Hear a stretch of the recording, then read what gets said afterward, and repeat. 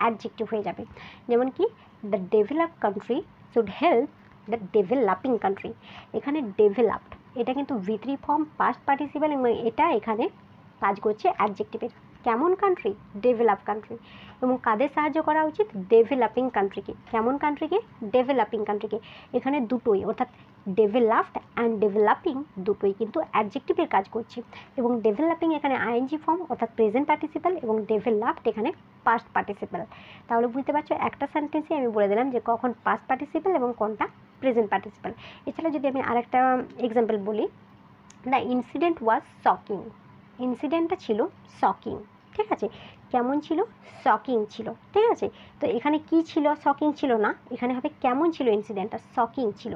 এই জন্য এটা হলো অ্যাডজেক্টিভ। তো খুব ইজিলি তোমরা এটা আইডেন্টিফাই করতে পারবে যে কখন যখন এই আইএনজি ফর্মটা থাকছে বাক্যে আমরা কখন জিরান্ড হিসাবে ইউজ করব এবং কখন আমরা সেটাকে পার্টিসিপল হিসাবে ইউজ করব।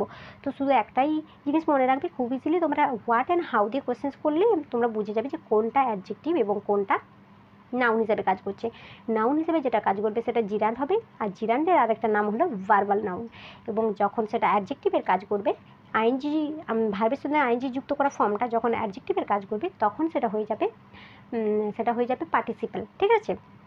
এটার আরেকটা নাম হলো ভার্বাল অ্যাডজেক্টিভ। তাহলে আশা করছি তোমরা ফাইনাইট ভার্ব এবং নন ফাইনাইট ভার্বটা বুঝতে পেরেছো। এরপর যেটা আমরা দেখব, এরপর আমরা কিন্তু আরেকটা জিনিস আলোচনা করবো, সেটা হলো ট্রানজিটিভ ভার্ব আর ইনট্রানজিটিভ ভার্ব। নিশ্চয়ই তোমরা ভাবছো যে ট্রানজিটিভ তাহলে আর ইনট্রানজিটিভটা কি? হ্যাঁ, ট্রানজিটিভ এবং ইনট্রানজিটিভ এর বাংলা হলো সকর্মক্রিয়া এবং অকর্মক্রিয়া। ট্রানজিটিভ ভার্বের ব্যাপারটাও কিচ্ছু না, সিম্পল, জাস্ট আমি আরেকবার রিমাইন্ড হিসেবে বলে দিচ্ছি। ট্রানজিটিভ ভার্বটা কি? ট্রানজিটিভ ভার্বে সবসময় একটা অবজেক্ট থাকবে, আর ইনট্রানজিটিভ ভার্বে কোনো রকম অবজেক্ট থাকবে না। অর্থাৎ যে ভার্বে অবজেক্ট আছে, অবজেক্টের আগের যে ভার্বটা আমরা ইউজ করবো সেটা হয়ে গেল ট্রানজিটিভ ভার্ব, এবং যে ভার্বটাতে অবজেক্ট থাকবে না, অর্থাৎ অবজেক্ট না থাকলেও বাক্যটার অর্থ আমাদের কাছে প্রকাশ পাবে, সেটা হয়ে যাবে ইনট্রানজিটিভ ভার্ব। তাহলে ট্রানজিটিভ ভার্ব কোনটা? ট্রানজিটিভ ভার্ব হলো, আচ্ছা একটা এক্সাম্পল দিই তাহলে বুঝতে পারবে। ট্রানজিটিভ ভার্ব যেমন দেখো, he gave me a letter. He gave me a letter. এখানে এ লেটার দেখো অবজেক্ট, ঠিক আছে। ও কী দিয়েছে? আমাকে একটা লেটার দিয়েছে। তো এখানে গেভ হয়ে গেল আমাদের ট্রানজিটিভ ভার্ব, ঠিক আছে, কারণ এখানে অবজেক্ট আছে।